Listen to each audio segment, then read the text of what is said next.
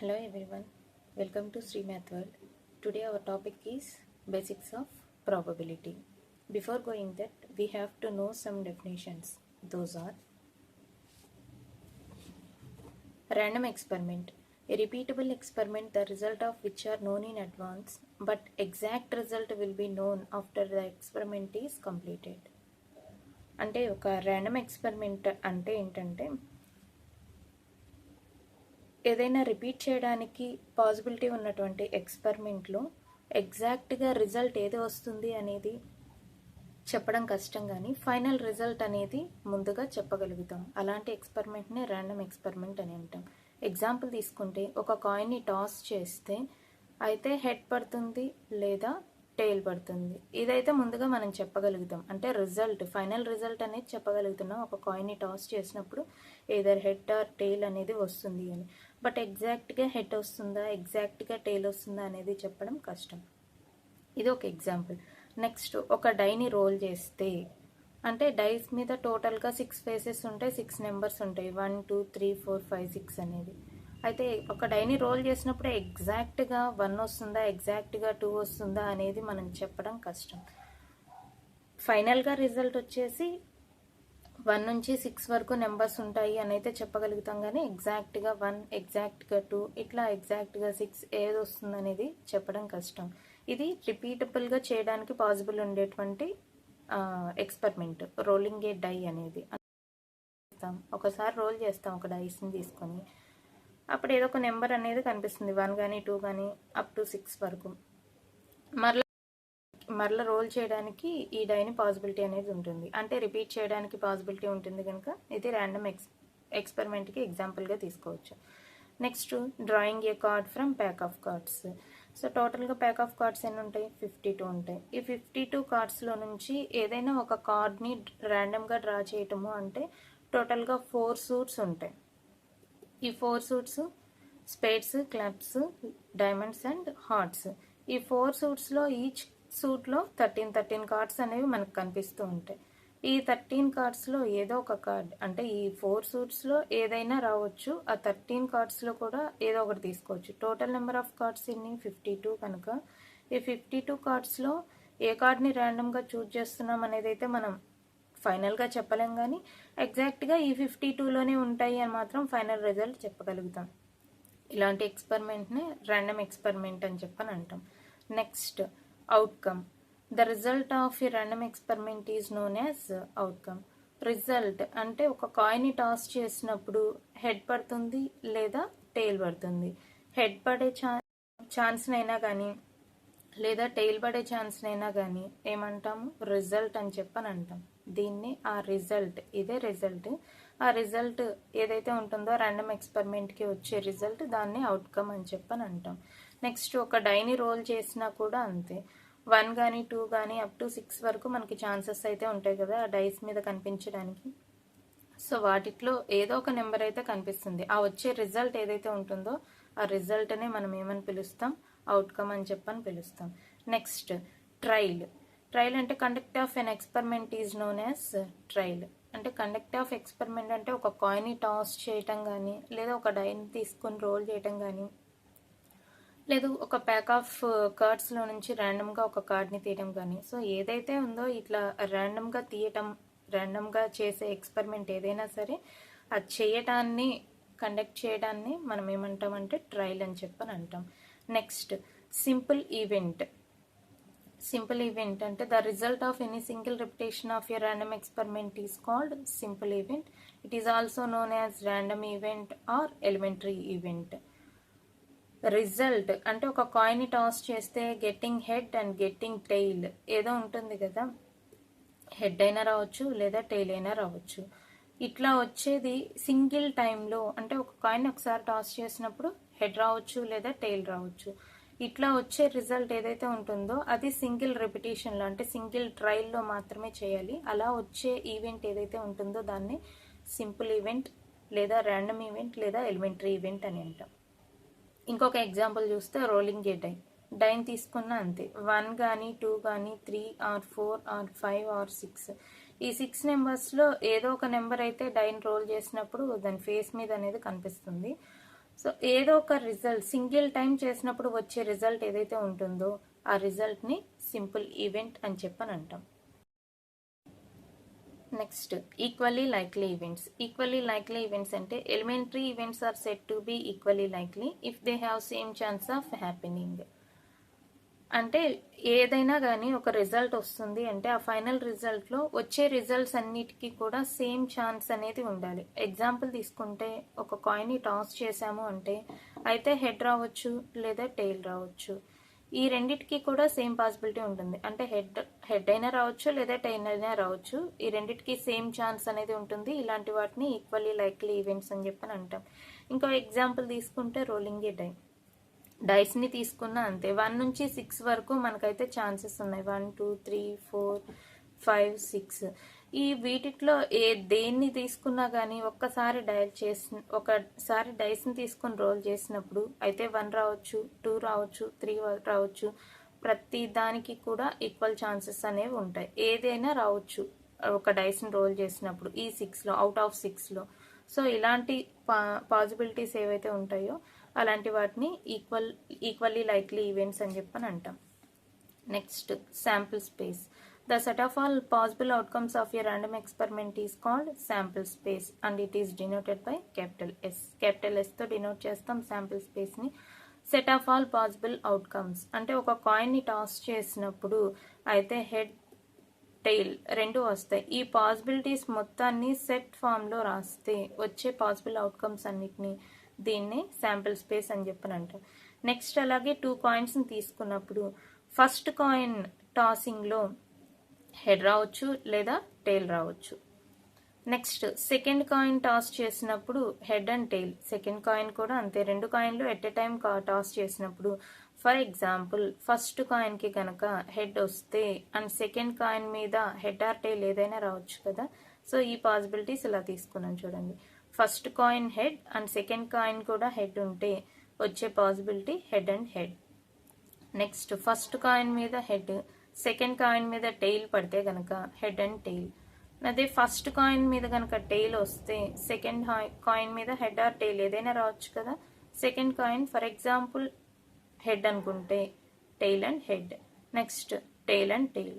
So ఇట్లాంటి possibilities ఏవైతే ఉన్నాయో వీటన్నిటిని సెట్ ఫామ్లో కనుక రాస్తే దాన్ని శాంపిల్ స్పేస్ అని చెప్పని అంటాం. అంటే వచ్చే పాసిబుల్ అవుట్కమ్స్ అన్నిటినీ కలిపి ఒక సెట్ ఫామ్లో సెట్ నోటేషన్ ఇస్తే కనుక వాటిని శాంపిల్ స్పేస్ అని చెప్పని అంటాం.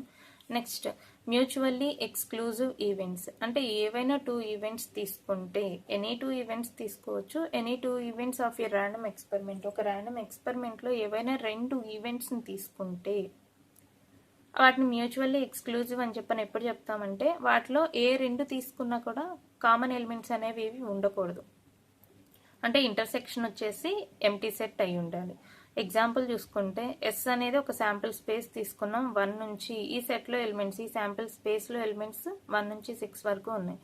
దీనికి వచ్చే సబ్సెట్స్ కొన్ని తీసుకుందాం. అంటే ఇందులో ఈ నెంబర్స్ ఏవైతే ఉన్నాయో మనం శాంపిల్ స్పేస్ తీసుకున్నాయి వాటిలో కొన్ని సబ్సెట్స్ని కన్సిడర్ చేద్దాం. E1 అనే సెట్లో 1 2 3 అనే ఎలిమెంట్స్ని కన్సిడర్ చేస్తాం. E1 అనేది శాంపిల్ స్పేస్ ఎస్కి సబ్సెట్ అవుతుంది కదా. నెక్స్ట్ అలాగే E2లో 4 5 6 తీసుకున్నాం అండ్ E3 తీసుకుంటే 5 and 6 అనే ఎలిమెంట్స్ని తీసుకున్నాం. ఇలా 3 సెట్స్ని తీసుకున్నాం. నెక్స్ట్ వచ్చేసి ఎక్స్క్లూజివ్ ఈవెంట్స్ అంటే డెఫినేషన్ ఏంటి, ఇంటర్సెక్షన్ వచ్చేసి ఎంటీ అయి ఉండాలి. అంటే ఏ 2 ఈవెంట్స్లో కూడా కామన్ ఎలిమెంట్స్ అనేవి ఉండకూడదు. E1 E2 కన్సిడర్ చేస్తే E1 ఇంటర్సెక్షన్ E2 తీసుకోండి. E1 intersection E2 equal to 1 2 3 ఇక్కడ 4 5 6. ఈ రెండిట్లో కామన్ ఎలిమెంట్స్ ఏం లేవు కనుక ఎంటీ సెట్ అయింది. సో E1 E2 అనేవి ఏమవుతాయి, మ్యూచువల్లీ ఎక్స్క్లూజివ్ ఈవెంట్స్ అవుతాయి. నెక్స్ట్ అలాగే E2 E3ని కన్సిడర్ చేస్తే E2 intersection E3 equal to common elements ఉన్నాయా 5 and 6. రెండిట్లో కామన్గా కనిపిస్తుంది కనుక 5 6 రాసాం సెట్ నోటేషన్లో. ఇది ఎంటీ సెట్ అవుతుందా, సింగిల్ ఎలిమెంట్ ఉన్నా కానీ ఎంటీ సెట్ అవ్వదు కనుక ఇది నాన్ ఎంటీ అయ్యింది. ఈ సెట్ నాన్ ఎంటీ అవుతుంది. నాన్ ఎంటీ అయితే మ్యూచువల్లీ ఎక్స్క్లూజివ్కి ఎగ్జాంపుల్ కాదు. సో మ్యూచువల్లీ ఎక్స్క్లూజివ్ అయ్యే ఈవెంట్స్ని రాయండి ఎగ్జాంపుల్గా అని చెప్పనంటే ఇలా ఒక శాంపిల్ స్పేస్ తీసుకొని దానికి వచ్చే సబ్సెట్స్ని ఒక 3ని తీసుకోండి. ఇంటర్సెక్షన్ ఎంటీగా అయ్యే ఛాన్స్ ఉన్నది, ఇంటర్సెక్షన్ ఎంటీ కాని ఛాన్స్ ఉన్నది 2 మూడు ఈవెంట్స్ వచ్చేలాగా తీసుకొని వీటి యొక్క ఇంటర్సెక్షన్ కన్సిడర్ చేస్తే మీరు దాన్ని ఎగ్జాంపుల్గా చెప్పొచ్చు. ఈ1 ఈ2ని మ్యూచువల్లీ ఎక్స్క్లూజివ్కి ఇంటర్సెక్షన్ ఎగ్జాంపుల్స్గా చెప్పొచ్చు. నెక్స్ట్ ఈ2 ఈ3ని ఎగ్జాంపుల్ కాని వాటిగా చెప్పొచ్చు. Next mutually exhaustive events. ఏ రెండు ఈవెంట్స్ని తీసుకున్నా ర్యాండమ్గా ఒక శాంపిల్ స్పేస్ తీసుకోవాలి. ఆ శాంపిల్ స్పేస్ ఏదైతే తీసుకుంటాం దానిలో రెండు ఈవెంట్స్ని కన్సిడర్ చేస్తే వాటిని మ్యూచువల్లీ ఎగ్జాస్టివ్ ఈవెంట్స్ అని చెప్పని ఎప్పుడు చెప్తామంటే వాడి యొక్క యూనియన్ అనేది శాంపిల్ స్పేస్కి ఈక్వల్గా ఉన్నప్పుడు. అంటే ఎగ్జాంపుల్ కన్సిడర్ చేస్తే ఎస్ అనే శాంపిల్ స్పేస్ 1 నుంచి 6 వరకు నెంబర్స్ తీసుకున్నాం, 1 2 3 4 5 6 అని. నెక్స్ట్ ఇప్పుడు కూడా ఈవెంట్స్ని కన్సిడర్ చేయాలి, అంటే సబ్సెట్స్ని కన్సిడర్ చేయాలి. శాంపిల్ స్పేస్కి వచ్చే సబ్సెట్స్ మూడింటిని కన్సిడర్ చేసాం. Same E one set, E two and ఈ3. ఈ మూడింటికి యూనియన్ అనేది తీసుకుంటే ఈ1 ఈ2 సెట్స్కి యూనియన్ తీసుకున్నాం. యూనియన్ తీసుకుంటే 1 2 3 అంటే అన్ని ఎలిమెంట్స్ ఏవైతే ఉన్నాయో అవన్నిటిని క్లబ్ చేసి రాయటమే. 1 2 3 4 5 6 రాసాం. ఇది దేనికి ఈక్వల్ అయింది? Sample space. మనం ఏదైతే శాంపిల్ స్పేస్ తీసుకున్నామో దానికి ఈక్వల్ అవుతుంది కనుక ఈ1 ఈ2 రెండింటిని మ్యూచువల్లీ ఎగ్జాస్టివ్ ఈవెంట్స్కి డెఫినేషన్స్ ఎగ్జాంపుల్స్గా చెప్పొచ్చు. నెక్స్ట్ అలాగే ఈ2 ఈ3ని కన్సిడర్ చేద్దాం. ఈ2 యూనియన్ ఈ3 తీసుకుంటే ఈ2 4 5 6 4 5 6 రాసాం. ఈ3 అనేది 5 or 6 ఆల్రెడీ సెట్ నోటేషన్లో ఉన్నాయి. సో 4 5 6 రాసాం. ఇప్పుడు ఇది శాంపిల్ స్పేస్కి ఈక్వల్ కాలేదు, అంటే ఇది ఎగ్జాస్టివ్ ఈవెంట్కి డెఫినేషన్గా చెప్పలేం మనం. సో ఈ1 ఈ2నేమో శాంపిల్ స్పేస్కి ఈక్వల్గా ఎగ్జాస్టివ్ ఈవెంట్స్కి ఎగ్జాంపుల్గా తీసుకోవచ్చు. ఈ2 అండ్ ఈ3 యూనియన్ తీసుకుంటే శాంపిల్ స్పేస్ కావట్లేదు కనుక మ్యూచువల్లీ ఎగ్జాస్టివ్ ఈవెంట్స్ కాదు అని చెప్పొచ్చు అనమాట. ఓకే, నెక్స్ట్ వచ్చేసి కాంప్లిమెంటరీ ఈవెంట్స్. ఏవైనా రెండు ఈవెంట్స్ ఒక శాంపిల్ స్పేస్లో తీసుకుంటే వాటిని కాంప్లిమెంటరీ అని చెప్పని ఎప్పుడు చెప్తామంటే వాటి యొక్క యూనియన్ అనేది శాంపిల్ స్పేస్కి ఈక్వల్ కావాలి అండ్ ఇంటర్సెక్షన్ కన్సిడర్ చేస్తే అది ఎంటీ కావాలి. సో కాంప్లిమెంటరీ అవ్వాలంటే రెండు కండిషన్స్ని సాటిస్ఫై చేయాలి. యూనియన్ వచ్చేసి ఆ రెండు ఈవెంట్స్ యూనియన్ వచ్చేసి శాంపిల్ స్పేస్కి ఈక్వల్ కావాలి, ఇంటర్సెక్షన్ ఎంటీ సెట్ కావాలి. ఎగ్జాంపుల్గా సేమ్ మనకి తెలిసింది ఏదో ఒక ఎగ్జాంపుల్ని కామన్గా పెట్టుకొని దాంతోనే ఈ మొత్తం డెఫినేషన్స్ని ఎక్స్ప్లెయిన్ చేయొచ్చు. ఎస్ ఈక్వల్ టు శాంపిల్ స్పేస్లో ఎలిమెంట్స్ 1 2 3 4 5 6 తీసుకున్నాం. ఏ అనేది ఈవెంట్ 1 1 3 5గా, బి అనే ఈవెంట్ని 2 4 6గా కన్సిడర్ చేస్తే ఏ యూనియన్ బి కన్సిడర్ చేయండి. 1 3 5 నెక్స్ట్ 2 4 6 ఏ యూనియన్ బి అనేది శాంపిల్ స్పేస్కి ఈక్వల్ అయింది. సో అంటే మనకు కాంప్లిమెంటరీ ఈవెంట్స్ అవ్వాలి అని చెప్పనంటే దానిలో ఒక కండిషన్ని సాటిస్ఫై చేసింది ఈ యూనియన్ బి అనే కండిషన్, మనం తీసుకున్న ఎగ్జాంపుల్. నెక్స్ట్ ఇంటర్సెక్షన్ పార్ట్ని కన్సిడర్ చేస్తే ఏ ఇంటర్సెక్షన్ బి 1 3 5 2 4 6 ఈ రెండిట్లో కామన్ ఎలిమెంట్స్ ఏమైనా ఉన్నాయా? ఏమీ లేవు. ఏమీ లేవు అంటే ఇంటర్సెక్షన్ వచ్చేసి ఎంటీ అవుతుంది. అంటే మనకి ఈ రెండు కండిషన్స్ని సాటిస్ఫై చేసింది కనుక ఏబీలు రెండింటిని కాంప్లిమెంటరీ ఈవెంట్స్ అని చెప్పొచ్చు. Next classical definition of probability. Classical definition తీసుకుంటే if there are n mutually exclusive equally likely and exhaustive events of a random experiment. అంటే ఒక ర్యాండమ్ ఎక్స్పెరిమెంట్లో ఎన్ ఎలిమెంట్స్ ఒక శాంపిల్ స్పేస్ని కన్సిడర్ చేస్తాం, అందులో ఎన్ ఎలిమెంట్స్ ఉంటాయి. అవి ఏ కండిషన్స్ని సాటిస్ఫై చేస్తున్నాయి? Mutually exclusive, mutually exhaustive and equally likely కండిషన్స్ని సాటిస్ఫై చేస్తున్నాయి. ఈ డెఫినేషన్స్, ఈ కండిషన్స్ ఎట్లా సాటిస్ఫై చేస్తాయి అనేది ముందు మన డెఫినేషన్స్లో చెప్పుకున్నాం. ఒక ర్యాండమ్ ఎక్స్పెరిమెంట్లో ఈ కండిషన్స్ మూడింటిని సాటిస్ఫై చేసేటువంటి ఎన్ ఎలిమెంట్స్ని మనం కన్సిడర్ చేసాం. దానిలో ఆ ఎన్ ఎలిమెంట్స్ని కన్సిడర్ చేసి ఒక శాంపిల్ స్పేస్గా తీసుకున్నాం. Next m of them are favourable to an event A అన్నది. సో ఏవైతే ఉన్నాయో ఒక ఈవెంట్ ఏ అనేది శాంపిల్ స్పేస్కి సబ్సెట్గా కన్సిడర్ చేస్తాం. అంటే మనం ఎన్ ఎలిమెంట్స్తో తీసుకున్న శాంపిల్ స్పేస్ ఏదైతే ఉంటుందో దానికి ఏ అనే ఒక సబ్సెట్ని తీసుకున్నాం. అందులో ఎన్ని ఎలిమెంట్స్ ఉన్నాయి? ఎం అనే ఎలిమెంట్స్ ఉన్నాయి. ఆ ఎం ఎలిమెంట్స్ అంటే ఎం లెస్ దాన్ ఎన్ కండిషన్ అనేది సాటిస్ఫై చేస్తుంది. ఎన్ అనేది ఎన్లో కొన్ని ఎలిమెంట్స్ని కన్సిడర్ చేసాం. ఆ సెట్కి, ఆ ఈవెంట్కి మనం ఏమని నేమ్ ఇచ్చాం? ఏ అనే ఈవెంట్ అని చెప్పుకున్నాం. So next m by n అనే దాన్ని ఏమంటాం? Probability of A. Probability of A it is denoted by P of A అని అంటాం. సో ప్రాబబిలిటీ డెఫినేషన్ ఏంటి? P of A is equal to number of favourable cases with respect to A. అంటే మనం ఏదైతే sample space తీసుకున్నామో దానిలో ఆ కండిషన్స్ని satisfy చేసేలాగా ఒక సబ్సెట్ని కన్సిడర్ చేస్తాం. ఆ సబ్సెట్ ఏదైతే ఉంటుందో దానిలో కొన్ని ఎలిమెంట్స్తో ఉన్న m. Next total number of all cases in the experiment. Number of all cases అంటే టోటల్ శాంపిల్ స్పేస్లో ఎన్నైతే ఎలిమెంట్స్ తీసుకుంటున్నామో మనం ఆ ఎలిమెంట్స్ మొత్తం. అంటే దీని యొక్క ఫార్ములా ప్రాబబిలిటీ ఏమవుతుంది, m/n. Thank you.